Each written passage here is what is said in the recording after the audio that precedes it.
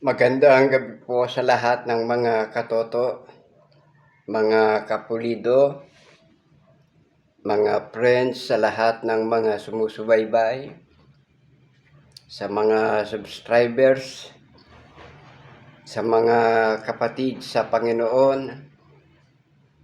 Nais kong dugtungan yung aking ibinahagi na strategy ng Diablo na namanan ng kanyang mga mangangaral. Ang alam ko ay buo ang pagkaka-video. Subalit, nang i-upload ko po at napanood ng kapatid na Ruben Magno dyan sa Bugalyon, Pangasinan, kaagad po siyang nag-chat. Putol daw.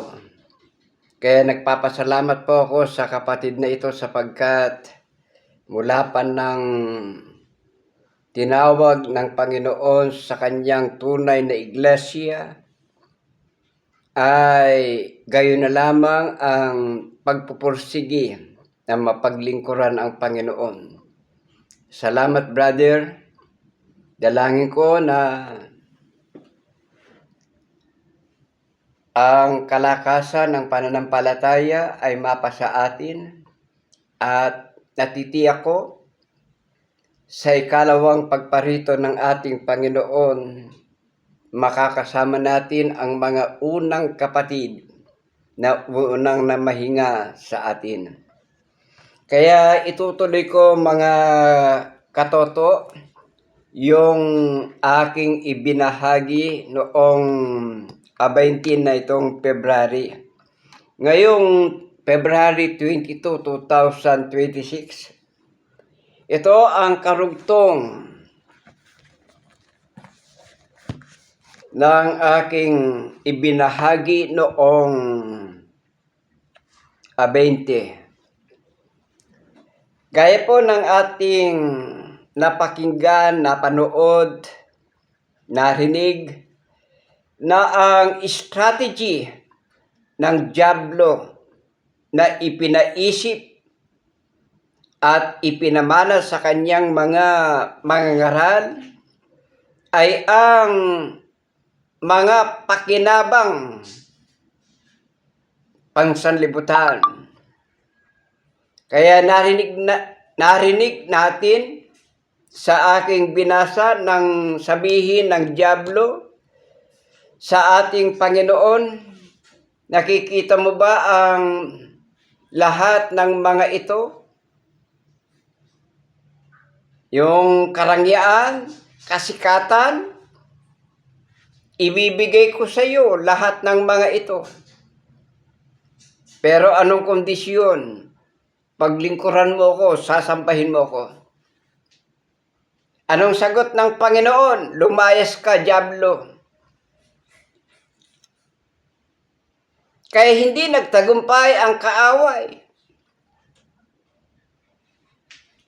sa ating Panginoon. Kaya sabi ng Panginoon sa Pilipos 2:5 hanggang 6, ito ay kanyang ipinahayag sa pamamagitan ni Apostol Pablo. Magkaroon tayo ng pag-iisip na ito ay na kay Kristo Jesus di naman. Bagamat sinasaan yung Diyos, hindi niya pinangnan ang kanyang pagkapantay sa Diyos, kundi bagkus hinubad niya ito, nakitulad sa mga tao. Kaya ang pag-iisip na dapat nating mataglay yung kababaan, yung pagsunod sa kalooban ng Panginoon.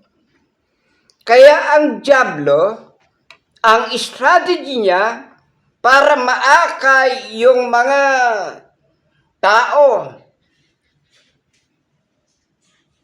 nasusunod sa mga maling katuruan, yung mga pakinabang sa buhay na ito. Halimbawa, susuportahan kita, sabi niya sa mga ngaral, itong obispo, itong misyonaryo. Monthly, bibigyan kita ng ganitong halaga, halimbawa, 20,000, 30,000 sa isang buwan. Libre ang gasolina, libre ang service.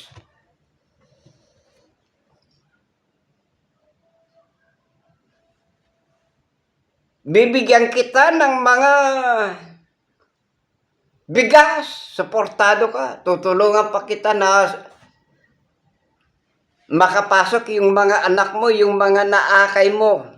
Tutulungan natin na makahanap ng trabaho.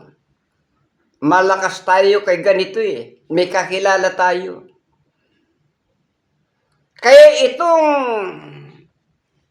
mga iba, nang dahil sa pakinabang, dahil sa offer, itong mga ngaral, itong mga naakay ng mga ngaral, na kinakasangkapan ng diablong kaaway,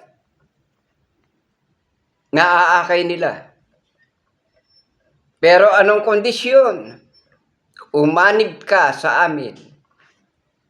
Sumunod ka sa mga doktrina, sa mga aral na aming itinuturo. Kailangan maging kapatid ka namin. Nang dahil sa kahirapan, kumagat